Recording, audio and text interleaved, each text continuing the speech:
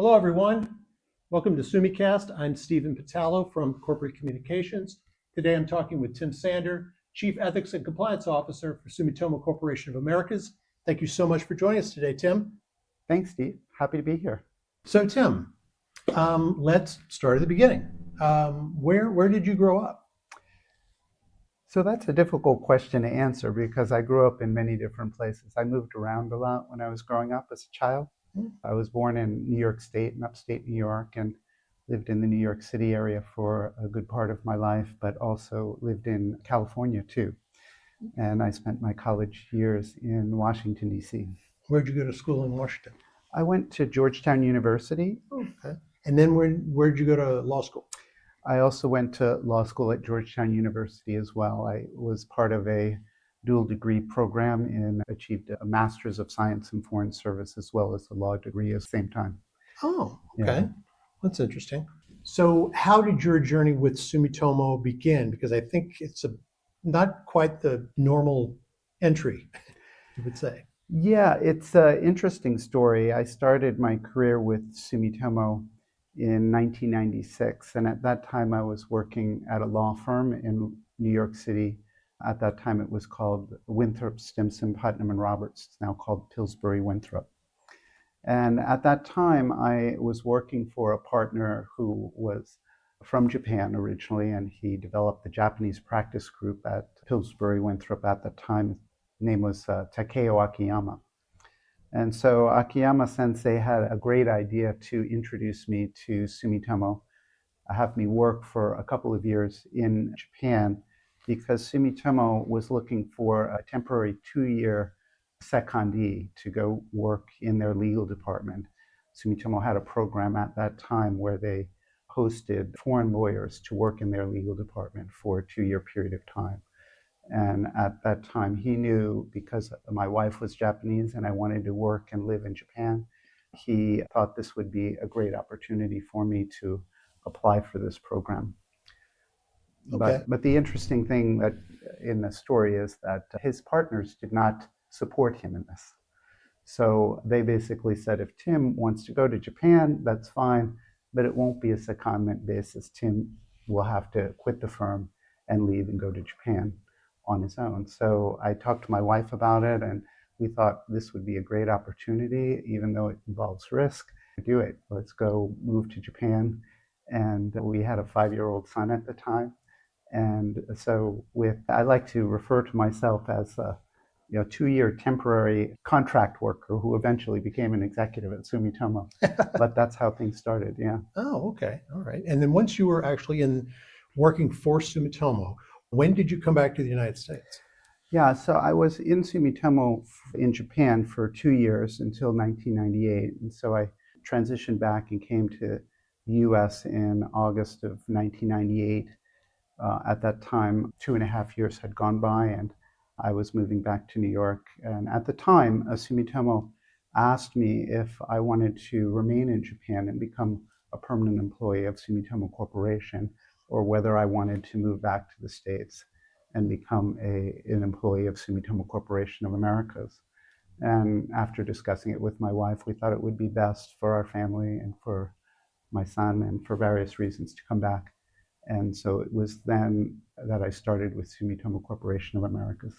And what was your position when you returned? So when I returned, my position was corporate counsel. So I was one of, I think, 4 U.S. attorneys at that time working in the legal department in New York. And so I was the most junior attorney. I was reporting to a lady named Elizabeth Peters at the time, who was a wonderful mentor of mine. And I have great memories of all that she taught me and continue to maintain contact today. Yeah. Tim, you have for a long time been a proponent of servant leadership. Yes. Can you tell me a little bit about maybe how that started or what attracts you to that? When I first became an executive in 2019, I was invited to give a speech at Columbia University. And when I was invited to speak at Columbia, I had to think about what it is that I would speak about as a topic. And at that time, Professor Patrick, who's professor at Columbia University, who invited me, asked me to speak about anything that I wanted to talk about. And At that time, I wanted to talk about a concept in Sumitomo that we have, which is one of our credos, which is benefit for self and others is one and the same. And to get that idea across, I did some research and came across the principles of servant leadership, and I thought they were very much aligned to Sumitomo and the way it is that we teach leadership in our organization and the way that we try to model leadership as a company too. So it was then that I started learning more and more about servant leadership. I would be remiss if I didn't ask you to tell us a little bit about the Edmund Hillary connection that you like to Yeah. use. I think it's a great example of servant leadership. Sir Edmund Hillary's story is interesting. When I became head of the legal department of Sumitomo Corporation of Americas, I decided to come up with a vision for what I thought our legal department should be. So instead of making a sort of a normal vision statement that we want to be the best legal department, I thought it would be more intriguing and more interesting to create a vision that was associated with an individual person. And that I decided to use the image of Tenzing Norgay. So I don't know if you know who Tenzing Norgay is, but he was the Nepalese Sherpa that climbed Mount Everest together with Sir Edmund Hillary. And it was an interesting vision to promote to our team, but my vision was that we in the legal department should be the Tenzing Norgays, the Sherpas of the organization who assist the business people in climbing the mountains and achieving their objectives and addressing their challenges. So that was the genesis. Sir Edmund Hillary gets all of the press, all of the fame associated with being the first person to climb Mount Everest, but he was really together with Tenzing Norgay. So I saw that as a great image of not only servant leadership, but the role that we had to play as lawyers in the organization for Sumitomo. Now, you became Chief Ethics and Compliance Officer. And as I understand it, you have a credo, motto, not sure what you would call it, but such that every conscience counts. Is that a proper way to put it? So, yes, I have tried to, throughout my career, come up with different sayings that I like to use. One is passionate professionals with purpose. I like that. Also, more recently, yes, I have been using the phrase everyone's conscience counts in order to promote the idea of ethics and compliance in Sumitomo Corporation of Americas. Now, everyone's conscience counts. Sounds like something that would be easily understood, but I Sure. think it's probably a little bit deeper than just on the surface. Is there something that you follow with when you're trying to tell someone what that means? Yeah, so everyone's conscience counts to me means that everybody should be heard and that everybody's ethical conscience is very important to contribute to an organization. So oftentimes in organizations, people who've been in an organization a long period of time will begin to fall into a complacency and think that the way things have been done in the past is the way that they should be done. And therefore, somebody who may be brand new to an organization may come in and look at that and say, hey, I think that's wrong, or I think that could be improved, or that is something that perhaps is normal in the normal course of business at Sumitomo, but let's take a second look at that. So I think there's real benefit because a lot of problems that arise with ethics and compliance arise often when individuals are complacent or when they begin to think that we shouldn't reflect or question whether something is right or not. In my mind, it doesn't matter whether you're the top of the organization or whether you've just recently joined. Your conscience, your sense of right and wrong is a very valuable asset for our entire organization, and therefore we encourage everybody to speak up if they see anything that feels wrong to them or feels somehow not right or not good in some way or not helpful to society. And of course, every organization has a hierarchy and a structure, and therefore making a final decision of what is right and wrong or what the corporation should do is made by the decisions of the executives ultimately. But the executives in an organization are only served by individuals speaking up and calling out whether they believe some activity is wrong or it can be improved. That's the genesis behind the idea of every conscience counts. And that actually connects back to one of the Sumitomo Corporation values, integrity, which I think is a big part of compliance when you think about it. Another thing, if I could just add, is Sure. in every conscience counts, I began to study a lot about rationalization.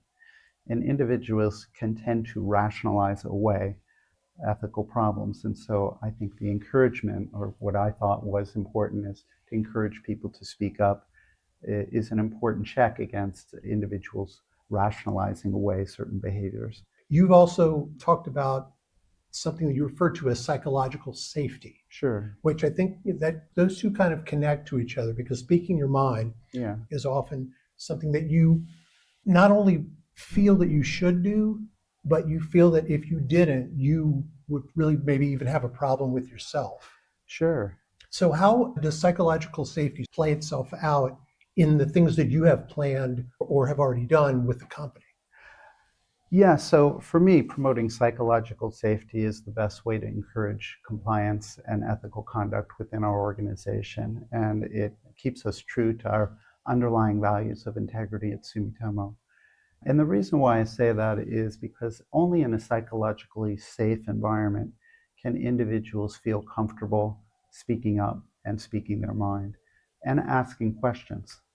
So, what psychological safety means to me is whether individuals feel that they are seen and do individuals feel they are heard. And I think it's only in an environment where people feel heard, where they feel seen, and where they feel that their contributions count, that individuals will really show up and do their best work and be engaged with an organization. And that's why psychological safety is so important to me. But the other thing I'd like to add, though, is sometimes people ask me, how do I know whether an organization is psychologically safe? I say, think of your situation and think about, do you feel safe to ask questions? Do you feel safe to speak up? And ask yourself, do you feel seen? Do you feel heard? But if the answer is no, oftentimes people may jump to the conclusion that maybe there's something wrong with the organization. But I say, take another step and ask yourself, do you see others? And do you hear others? So are you doing the same for others? And then stop again and think, do you see yourself? Do you hear yourself? And these are aligned with principles that I talk about as far as gratitude in our work, because I believe that thankfulness for oneself is very important. And unless we're reflecting on how it is that we view ourselves, then we cannot contribute to that psychologically safe environment. Let's talk a little bit about compliance, of course. Sure. You have said before that, and others in the company have said, compliance needs to be first priority. Sure. How does that play itself out, say, on a high management level? Because being first priority in a business, people would think the first thing is to make sure you're making the bottom line. Right. And that has its place. But in a company that relies on its integrity and relies on its reputation for these things, those two can not be combative, but Right. not necessarily aligned. So how do you explain compliance being first priority while keeping that bottom line in mind? It's normal. A lot of people view compliance as having a tension with the bottom line, having a tension with making money or earning profit. But I say no. I say no because of Sumitomo's values. And Sumitomo's first value is that Sumitomo shall achieve strength and prosperity by placing prime importance on integrity and sound management. And what I like to emphasize is that the word by is extremely important. And therefore, integrity is not something that we balance at Sumitomo with profit. Integrity is the means by which we achieve our profit. It's the means by which we show value to society and demonstrate that we can contribute value. So for me, that is the most important. And again, going back to business principles, Sumitomo shall achieve strength and prosperity by placing prime importance on integrity and sound management in the operation of its business. So this principle is very important. So what I say is, it doesn't matter which business you're involved in. We have many different businesses in Sumitomo. Each one of them will be fostered and will grow through integrity. And it doesn't matter which business group that we're in, that should be the first principle. We refer to it as the North Star in Sumitomo. You're trying to navigate many different situations. We're trying to navigate a future that is uncertain. What's going to steer us in that effort? And if we think of our integrity and think of that first business principle as a compass, and say, for example, if you were lost in the woods and you needed to actually get out of the woods and navigate through to get yourself to safety, you wouldn't regard the compass as something that is just a nice to have. I think the compass is the means by which you'll get through and get out of the woods. And at Sumitomo, the integrity principles within our company is the North Star, it's the compass, it's the guiding principle for all of our business groups. And I was reading recently a quote by Andrew Carnegie, very famous industrialist in the United States, was one of the wealthiest individuals in the world at one point in time. He said something that's very interesting, and it reminds me of Sumitomo's business principles. He said that no one will become rich unless they enrich others. And I think that's the principle that is the principle that we follow in Sumitomo. It is incorporated into our mission statement, enriching lives in the world. So for me, that's what servant leadership is all about. That's what I like to call, instead of servant leadership, thankful stewardship. That is the image that I have for our company. It's a company that helps society, and oftentimes we refer to ourselves as a Japanese trading company, but I like to refer to our organization as a sustainable business development company. For me, that's a more accurate picture of what it is that we actually do. Through integrity, we actually contribute to society, we enrich society. And not only do we do that as a company, if we think about each of us individually, what is it that we should do? We should grow other people. That's what we should do. And by growing other people and enriching other people, we enrich ourselves. And for me, that is what I try to communicate in the work that I do. So looking ahead, what is the future of SCOA's ethical culture? Would you say, what's the next step? Where are we going? Yeah, it's a great question, right? Where are we going? I think that we have to be mindful of not losing what we have in the past. So wherever we go, we're still going to hold tight to those important principles of integrity first and compliance first, because those sustained us in the past and they'll sustain us in the future. But there's no denying that the future is going to hold new risks and also new opportunities for us. If we think about the future, we think about a future of AI. We think about the changes that will come together with artificial intelligence. A lot of individuals are worried, what's going to happen to our jobs? How are our jobs going to change? Will individuals have a role? And I say yes. The corporations that will survive, the companies that will thrive in this new world will be companies like Sumitomo. When we speak about AI, we talk about the humans in the loop. There always has to be a human in the loop for AI. Sumitomo, with our principles, is the perfect company, and Sumitomo employees are the perfect people to be the human in the loop that the society is going to need going forward. But it's going to require a challenge for us. It's going to require an ethical challenge for us. And it has to do with mental agility. From my perspective, mental agility is going to be the most important thing. We talk about the importance of mental health. And I think we have to, as a society, think about mental health differently than we have in the past. We have to think about mental resilience. And in order to foster mental resilience, I think it's extremely important for us to foster gratitude, and gratitude in three different respects. The first is gratitude for, in three different respects, three different types of dimensions that begin with an S, the letter S. The first is gratitude for one's scope. So I consider everybody to be a leader in the Sumitomo organization. Everybody should be a thankful steward. how can everybody be a leader? It's because every individual has a different scope of authority. They have a different scope of work they need to do, but each individual that's performing that scope has to take charge of that.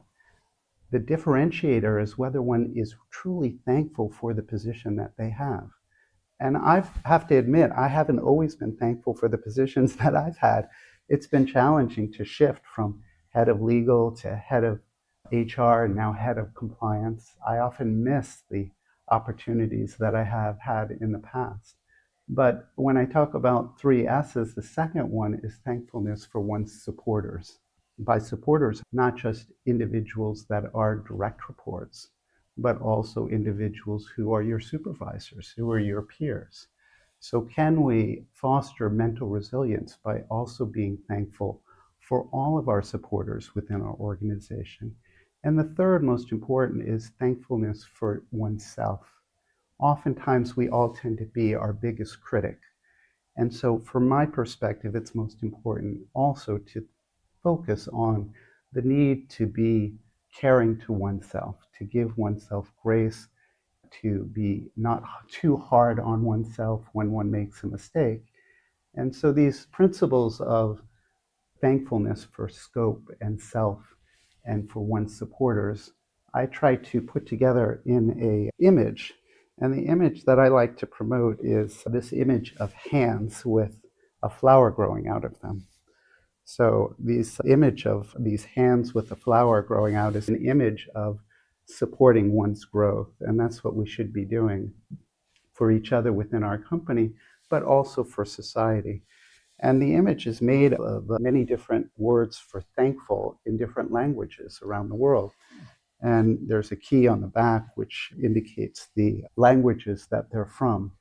So from my perspective, I've tried to put this together in this idea of thankful stewardship really as a tribute to Masatomo Sumitomo. Masatomo Sumitomo wrote that in all circumstances, everyone should make efforts with deepest gratitude in every aspect. And it's that philosophy of deep gratitude, deep sense of gratitude in everything that we do that I think is important to keep in mind in order to have good mental resilience as we move forward in the future, as we try to tackle issues like the challenges that will come with AI.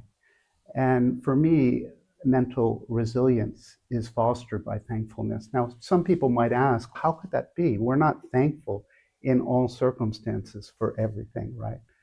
But I think if we think about challenges that we face, and I face challenges as ethics and compliance officer, I may run in, for example, to a situation where somebody maybe has done something wrong so bad that they should be fired. Of course, one could say that, how is that thankfulness? It is thankfulness. The individual, even if they have to move on with their job and move on to another career, they may have learned an important lesson through this experience. Also, being thankful is being thankful for everyone in the organization. So if I basically turned a blind eye to somebody who has committed wrong and say that that's okay, that would not be respecting the scope of my work as a compliance officer. It's in some ways keeping all of those principles in mind that's necessary in order to be serving society. So serving society and servant leadership is not about serving every individual and saying everything is okay, but it's more keeping a holistic view of the importance of serving the organization in everything we do, even if we have to make important decisions and tough decisions to discipline people if they do wrong. What does the Chief Ethics and Compliance Officer do on a daily basis? What's a typical day like for you? I would say there is no typical day for me as a Chief Ethics and Compliance Officer. So every day is different because I'm often reacting to the day and reacting to the circumstances. So I believe that every day I need to be agile in order to react to what's going on at that particular day and moment.